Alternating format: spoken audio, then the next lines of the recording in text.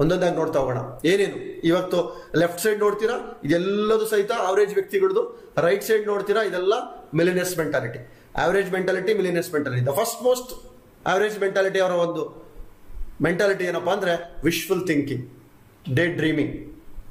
ಬರೀ ಆಸೆ. ಏನು ವಿಶ್ವಲ್ ಥಿಂಕಿಂಗ್? ಬರೀ ಆಸೆ ಅಂದ್ರೆ ಏನು? ಎಲ್ರಿಗೂ ಒಂದು ಆಸೆ ಇರುತ್ತೇನೋ, ಹಣ ಬರ್ಬೇಕಾ, ಬರ್ಬೇಕು. ಶ್ರೀಮಂತರಾಗಬೇಕಾ, ಆಗಬೇಕು, ಬೇಕು ಅಷ್ಟೇ. ಅದು ವಿಶ್ವಲ್ ಥಿಂಕಿಂಗ್. ಆದ್ರೆ ಮಿಲಿನಿಯರ್ಸ್ ಮೆಂಟಾಲಿಟಿ ಏನಿರುತ್ತೆ ಅಂದ್ರೆ ಬರ್ನಿಂಗ್ ಡಿಸೈರ್, ಪ್ರಬಲವಾದ ಮಹತ್ವಾಕಾಂಕ್ಷೆ. ಪ್ರಬಲವಾಗಿರುತ್ತೆ ಅವರ ಆಕಾಂಕ್ಷೆ. What is the difference between burning desire and just wishful thinking? Burning desire ಅಂದ್ರೇನು, ವಿಶ್ವಲ್ ಥಿಂಕಿಂಗ್ ಅಂದ್ರೆ ವಿಶ್ ಅಂದ್ರೇನು, ನನಗೆ ಬೇಕು.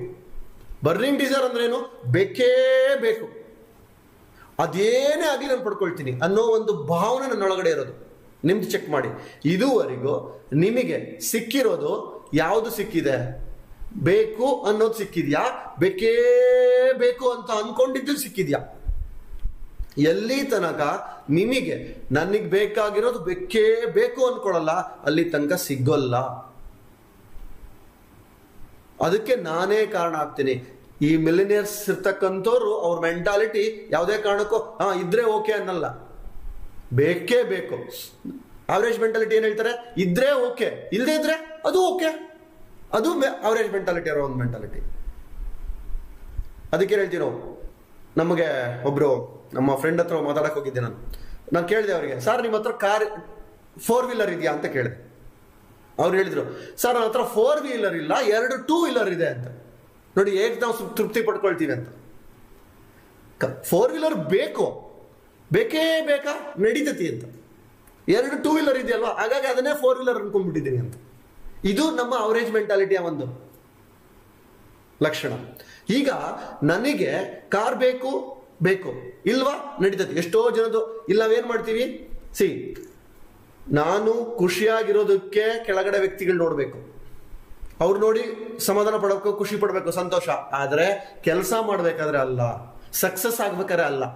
ಸಕ್ಸಸ್ ಆಗ್ಬೇಕಾದ್ರೆ ನಾವೇನ್ ಮಾಡ್ಬಿಡ್ತೀವಿ, ಉಲ್ಟಾ ಮಾಡ್ಬಿಡ್ತೀವಿ. ನನಗೆ ಕಾರ್ ಬೇಕು ನಿಜ, ಆದ್ರೆ ನನಗೆ ಕಾರ್ ಯಾಕೆ, ಎಲ್ಲರೂ ಬೈಕಲ್ಲೇ ಇದಾರಲ್ವಾ, ಬೈಕ್ ಕಾರು ಇದೆಯಲ್ಲ ಅಂದ್ಬಿಟ್ಟು ಅಲ್ಲೇ ತೃಪ್ತಿ ಆಗ್ಬಿಡ್ತೀನಿ. ದೊಡ್ಡ ಬಂಗ್ಲೋ ಬೇಕಾ, ಬೇಕೇ ಬೇಕಾ, ನಡೀತೈತಿ. ಇಲ್ಲದ ನಡೀತದೆ. ಯಾಕೆ, ಎಷ್ಟೋ ಜನ ಗುಡಿಸ್ಲೂ ಇಲ್ವಾ, ನನಗೆ ಅಟ್ಲೀಸ್ಟ್ ಒಂದು ಬಾಡಿಗೆ ಮನೆ ಇದೆಯಲ್ಲ ಸಾಕು.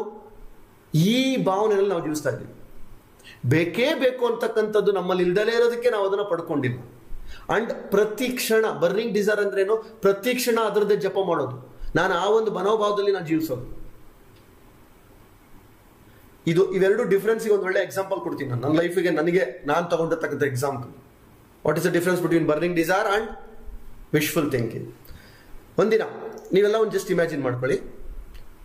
ನೀವೊಂದು ಸ್ವಲ್ಪ ಇಮ್ಯಾಜಿನ್ ಮಾಡ್ಕೊಳ್ಳಿ, ನೀವು ಒಂದು ಕಾಡಲ್ಲಿದ್ದೀರಾ, ಅಥವಾ ನಿಮ್ಮ ಒಂದು ಮನೆ ಇದೆ ಒಂದು ತೋಟದಲ್ಲಿ ಅನ್ಕೊಳ್ಳಿ.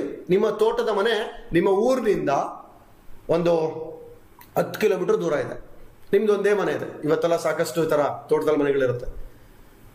ಒಂದು ರಾತ್ರಿ, ಒಂದು ಸಾಯಂಕಾಲ ಮಳೆ ಬರ್ತಾ ಇದೆ. ಮನೆಯಲ್ಲಿ ಹಾಲು ಖಾಲಿ ಆಗಿರುತ್ತೆ. ಟೀ ಬೇಕು, ಎಲ್ಲರಿಗೂ ಸಾಯಂಕಾಲ ಟೀ ಬೇಕಲ್ವಾ? ಬಿಸಿ ಹಾಲು ಸಿಕ್ಕರೆ ಟೀ ಮಾಡ್ಕೊಂಡ್ರೆ ಚೆನ್ನಾಗಿರುತ್ತೆ ಅಂತ. ಹಾಲು ಖಾಲಿ ಆಗಿರುತ್ತೆ.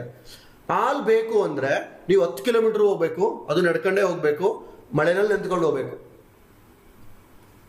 ಈಗ ಹೇಳಿ, ಎಷ್ಟು ಜನ ನೀವು ಹೋಗಿ ಕಷ್ಟಪಟ್ಟು 10 ಕಿಲೋಮೀಟರ್ ಮಳೆನಲ್ಲಿ ನಡ್ಕೊಂಡು ಹೋಗಿ ಹಳ್ಳಿಗೆ ಹೋಗಿ ಅಥವಾ ಊರಿಗೆ ಹೋಗಿ ತಗೊಂಡು ಬಂದು ಟೀ ಮಾಡ್ಕೊಂಡು ಕುಡಿತೀರಾ? ಅಷ್ಟು ಆಸೆ ಇರತಕ್ಕಂಥ ಎಷ್ಟು ಜನ ಇದ್ದೀರಾ? ಇದು ಒಂದು ಘಟನೆ. 2 ಸೀನ್ ಹೇಳ್ತೀನಿ, ಅದ್ರಲ್ಲಿ ನೀವು ಚೂಸ್ ಮಾಡಿ ಯಾವ ಸೀನ್ ಅಲ್ಲಿ ನೀವು ಆಕ್ಟ್ ಮಾಡ್ತೀರಾ ಅಂತ. ಅಷ್ಟೊಂದು ಕಷ್ಟಪಟ್ಟು ಟೀ ಕುಡಿಬೇಕು, ಒಂದು ಆಪ್ಷನ್. ನೆಕ್ಸ್ಟ್ ಇನ್ನೊಂದು ಆಪ್ಷನ್, ನೆಕ್ಸ್ಟ್ ಡೇ ಮಾರ್ನಿಂಗ್ ಬೆಳಿಗ್ಗೆ ಎದ್ದೇಳ್ತೀರಾ, ನಿಮ್ಮ ಮನೇಲಿ ಒಂದು ಮುದ್ದಾದ ಮಗು ಇರುತ್ತೆ. ಆ ಮಗುಗೆ ಹಾಲು ಬೇಕಾಗತ್ತೆ. ಸೇಮ್ ಮಳೆ ಕಂಟಿನ್ಯೂ ಆಗ್ತಿದೆ, ಮತ್ತೆ 10 ಕಿಲೋಮೀಟರ್ ನಡ್ಕೊಂಡೇ ಹೋಗ್ಬೇಕು. ಸಾಯಂಕಾಲ ಬೇಕಾಗಿದ್ದು ನೀವು ಟೀ ಕುಡಿಯೋಕೆ ಒಂದು ಹಾಲು, ಬೆಳಿಗ್ಗೆ ಬೇಕಾಗಿದ್ದು ಮಗುಗೆ ಹಾಲು ಕೊಡಿಸೋದಕ್ಕೆ ಹಾಲು. ಈಗ ಹೇಳಿ, ಯಾವ ಸಿಚುವೇಶನ್ ಅಲ್ಲಿ ಹೋಗಿ ಹಾಲು ತಗೊಂಡು ಬರ್ತೀರಾ? ಎಷ್ಟೇ ಕಷ್ಟ ಆದ್ರೂ ಯಾವ ಸಿಚುವೇಶನ್ ಅಲ್ಲಿ? ಎಸ್, ಎಲ್ಲರೂ ಹೇಳ್ತೀರಾ ಬೆಳಿಗ್ಗೆ ಬೆಳಿಗ್ಗೆ ಮಗುಗೆ ಯಾವುದೇ ಕಾರಣಕ್ಕೂ ಮಿಸ್ ಮಾಡ್ದಲ್ಲ ನಾವು ಹಾಲು ತಗೊಂಡ್ಬರ್ತೀವಿ. ಅದೇ ಸಾಯಂಕಾಲ ಯಾಕೆ ಹೋಗ್ಲಿಲ್ಲ? ಸಾಯಂಕಾಲ ನನಗೆ ಟೀಗ್ ಬೇಕಿತ್ತು, ಪರವಾಗಿಲ್ಲ, ಅಷ್ಟೊಂದು ಕಷ್ಟಪಟ್ಟು ಹೋಗಿ ನಾನು ಟೀ ತಗೊಂಡ್ಬರೋದ್ರಲ್ಲಿ ಏನ್ ಅರ್ಥ ಇದೆ ಅಂತ. ಆದ್ರೆ ಬೆಳಿಗ್ಗೆ ರಾತ್ರಿ ಸಾಯಂಕಾಲ ನಾವು ಕಾಂಪ್ರಮೈಸ್ ಆಗ್ಬಿಟ್ವಿ, ಪರವಾಗಿಲ್ಲ ಬಿಟ್ಟು ನಡೀತೈತೆ ಅಂತ.